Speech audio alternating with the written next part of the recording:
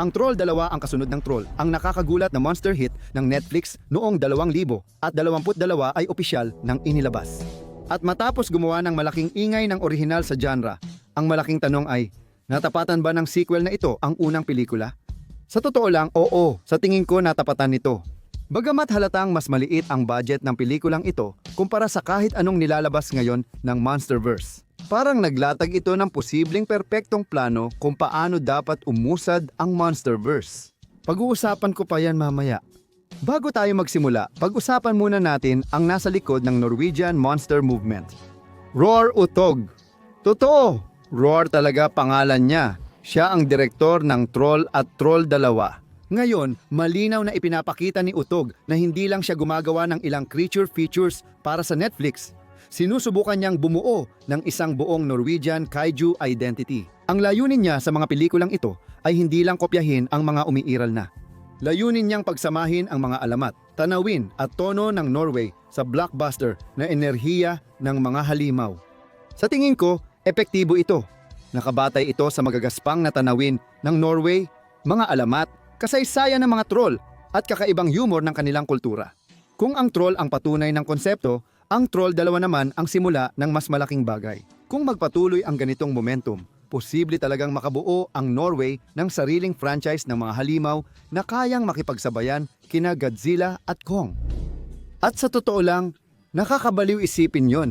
Spoiler alert mga kaibigan, simulan na natin ang review ko ng Troll 2 sa Netflix. Nagsisimula ang Troll 2 3 taon matapos ang unang pelikula, kasabay ng totoong agwat ng paglabas nila. Sa simula pa lang ng Troll 2, nalaman natin na hindi lang isa ang troll doon. Sa katunayan, makikita natin ang dalawang troll sa pelikulang ito. Oo, naglaban sila. Manatili kayong nakatutok para marinig ang usapan ko tungkol doon. Nagsimula ang pelikula sa pagbabalik ni Nora Titeman na dumadaan sa mahirap na yugto ng kanyang karera nitong mga nakaraang araw. Akala mo'y tuluyan na siyang bumagsak, pero biglang lumitaw ang matagal ng kaibigan. Si Andreas Isakin, ginampanan ni Kim Jorgensen, ay dumating sa kubo ni Nora sa gitna ng malakas na bagyo ng niyebe. Nagkumustahan sila sandali, sa kanya inaya si Nora na makita ang kakaibang bagay. Ang kalaunan ay ipinakitang isang napakalaking bagong troll, mas barbariko at mukhang mas mabangis kumpara sa nakita sa unang pelikula. Nagyayelo ang troll na ito sa hibernation, kaya nagtayo ng base ang mga mananaliksik sa paligid nito. Dito, akala ng mga tao kontrolado nila lahat. Pero dahil kaiju na pelikula ito, hindi talaga nila kontrolado. Pagkatapos noon, nakawala ang troll at nawala sa niyebeng kagubatan ng Norway, nagsimula ng sunod-sunod na kaguluhan. Sa totoo lang, inspirasyon nito ang Godzilla -1 sa tono at dramatikong kwento. Muling nagkita sina Nora at Major Christopher, na ginampanan ulit ni Mads Patterson, kasama ang karamihan sa orihinal na cast mula sa unang pelikula. Bumalik din si Secret sa pelikulang ito. At ngayon, magkasama na sila ni Andreas. At ngayon ay inaasahan na nilang magkakaroon ng anak na magiging napakahalaga sa mga susunod na pangyayari. Ang pelikulang ito ay siguradong tatama sa iyong damdamin. Nagkaisa ang grupo, kasama ang ilang bagong muka para subukang pigilan ang bagong troll na ito na mas marahas at mas mapanganib sa mga tao. Ano ang susunod na mangyayari? Sa halos 1 oras at 40 minutong haba ng pelikulang ito, makikita mo ang klasikong kaiju cinema sa isang modernong anyo. Makikita natin ang mahusay na paggamit ng kamera, mabilis na takbo ng kwento, matalim na mga usapan, at napakaraming visual na enerhiya na nagpapanatiling buhay kahit ang mga eksenang may tao. Madalas ireklamo sa mga pelikulang halimaw na pinapabagal ng eksenang may tao ang kwento. Sa hindi malamang paraan, naiwasan ng Troll 2 ng buo ang problemang iyon. Mabilis ang pagputol ng mga eksena, maikli ang mga usapan, at ang katatawanan, kahit medyo corny at parang tatay minsan, ay medyo nagpapaalala sa akin ng orihinal na mga pelikula ni Michael Bay na Transformers. Bagay talaga ito sa pelikula. Isa sa tumatak na eksena ang pag-atake ng troll sa nightclub ng Winter Resort.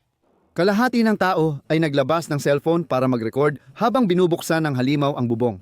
Nakakatawa ito pero nakakalungkot din dahil totoong nangyayari, at nang magsimulang kumain ng tao ang troll, biglang sumiklab ang takot. Sa huli, napagtanto ng grupo na hindi pala sila handa sa panibagong troll attack, kaya napilitan si Nora ibunyag ang kanilang lihim na sandata. Isang pangalawang troll, anak ng troll sa unang pelikula.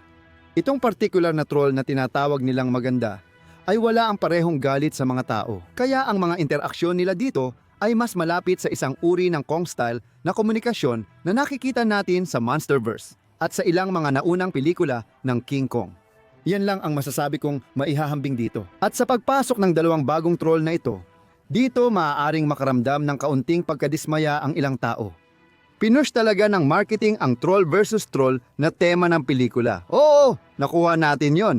Pero maikli lang, nakakagulat na maikli. Siguro mga 1 minuto lang o higit pa ang kabuuang oras sa screen kung saan sila talaga naglalaban.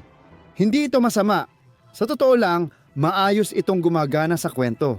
Kung inaasahan mong may matinding Monsterverse na labanan, hindi mo ito makikita rito.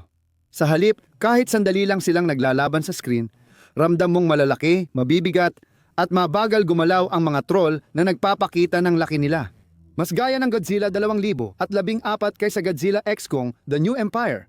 Kung makakatulong, habang umuusad ang kwento, inilalabas ng pelikula ang mga kamanghamanghang kwento ng mga troll. Dito ko gustong kunin ng Monsterverse ang inspirasyon.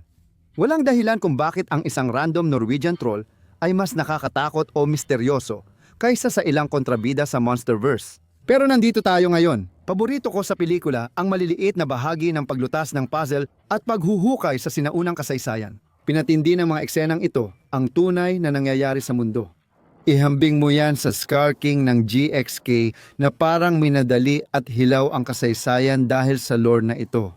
Ginagamit ang banal na tubig laban sa mga troll dahil sa mitolohikal nitong pinagmulan at koneksyon sa relihiyon. Sa bandang dulo ng pelikula, nagtipon-tipon ang isang grupo ng mga tagabayan sa isang eksenang halatang hango sa -1 na nauwi sa isang pinale. Maganda naman yon, pero sa palagay ko, hindi kasing lakas ng mga unang pelikula. Ayokong mag-spoil, kasi gusto ko talagang mapanood nyo ang pelikula. Matindi pa rin ang tama ng ending sa emosyon kahit napanood mo na ang review. Mas malakas pa kaysa inaasahan ko para sa ganitong pelikula. Di tulad ng maraming modernong blockbuster gaya ng Monsterverse at Jurassic World, hindi natatakot ang pelikula na patayin ang mahalagang karakter.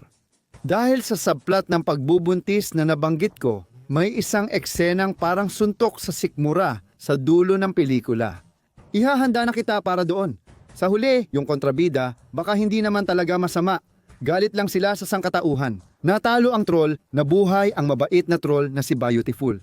At lahat ng tao ay naiwan na naguguluhan sa mga nalaman nila tungkol sa mga nilalang na ito. Ngayon, pagkatapos ng pelikula, may eksena sa gitna ng credits na nagpapahiwatig ng mas malaki pang mangyayari, posibleng isang sequel na mas puno ng aksyon. Kaya kung gusto mo ng Troll 3 ngayon, na ang panahon para panoorin ang Troll 2 at tulungan itong mangyari. Kaya ito ang huling saloobin ko. Ang Troll 2 ay isang matibay na sequel at dagdag na patunay na may kakaibang nangyayari sa Norway. Sa mga troll kaiju na pelikulang ito, ang Troll 2 ba ay isang Oscar-level na drama tulad ng -1? Hindi! Halata ba ang limitadong budget sa ilang bahagi? Oo, pwede mo talagang punahin ito ng sobra. Siguro, pero masasabi kong kakaunti lang ang mga pelikula ngayon na nag-aalok ng mas maganda at bagong bersyon ng klasikong kaiju formula. Mayroon itong simpleng kwento, matinding panganib, maikling haba, kakaibang mga eksena, at magagandang aksyon ng military laban sa halimaw. Hindi ito kasing emosyonal ng Godzilla -1 o kasing laki ng Monsterverse movies sa visual. Pero tamang-tama ito bilang alternatibo sa mga franchise na yon. Sulit panoorin ang Troll 2, lalo na kung nakahiga ka sa bahay sa malamig at komportabling Disyembre gabi. At oo, Troll 3 gawin na natin yan! I-share ang video at ipaalam na palabas na ang Troll 2 sa Netflix. Kung nagustuhan nyo ang review na ito, mag-subscribe na kayo. Mayroon kaming daan-daang videos na katulad nito. Salamat sa panonood. Lahat, ako si Jacob at magkikita tayo sa susunod.